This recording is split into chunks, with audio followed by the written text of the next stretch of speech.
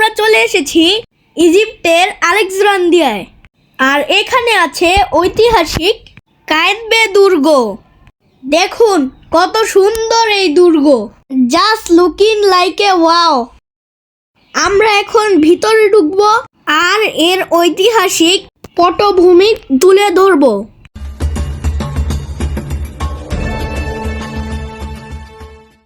এটি বর্তমানে পর্যটকদের জন্য উন্মুক্ত। মিশরে অন্যতম জনপ্রিয় স্থান এটি।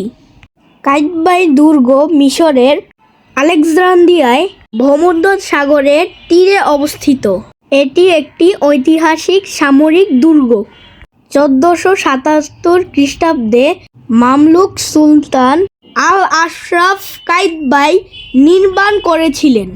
দুর্গটি নির্মাণ করা হয়েছিল সেই ঐতিহাসিক স্থানে যেখানে একসময় দাঁড়িয়েছিল প্রাচীন বিশ্বের 7 আশ্চর্যের অন্যতম আলেকজান্দ্রিয়ার বাতিঘর, মানে ফারসে 1303 সালের একটা ভয়াবহ ভূমিকম্প হয়।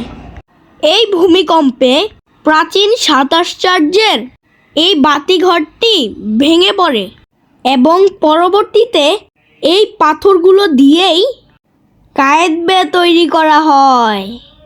তাই এর গুরুত্ব অনেক।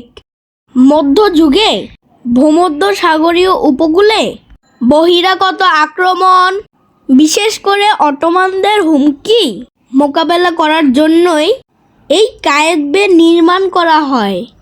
দেখুন পুরো কায়েতবের একটি ছোট ডামি। কোথায় কোথায় কি আছে না আছে সব এখানেই দেখতে পারবেন। যাই হোক, আমরা যেখানে ছিলাম এতে শক্ত পাথরের প্রাচীর, গোলাকার টাওয়ার, পর্যবেক্ষণ চৌকি আর অনেক কামান বসানোর ব্যবস্থা ছিল।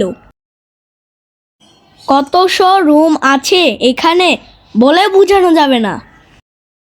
ঠিক 1517 সালে অটোমানরা মিশর দখল করলে এই দুর্গটি তাদের নিয়ন্ত্রণে চলে আসে এবং পরবর্তী কয়েক শতাব্দী সামরিক কাজে এই দুর্গ ব্যবহার করা হয়।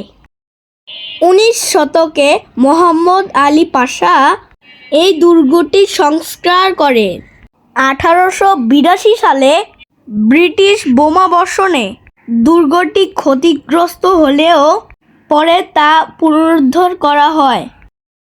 দুর্গের কালার, আকাশের অবস্থা, ভূমধ্যসাগরের পানি সব মিলিয়ে আজ চমৎকার একটা দিন। দেখুন আমি কত দুষ্টামি করছি। আমার এই ঐতিহাসিক ছোট ছোট গল্পগুলো যদি আপনাদের ভালো লেগে থাকে তাহলে অবশ্যই ফলো করবেন আমাকে। আজকের মতন এখানেই বিদায়। আল্লাহ হাফেজ, টাটা, বাই বাই।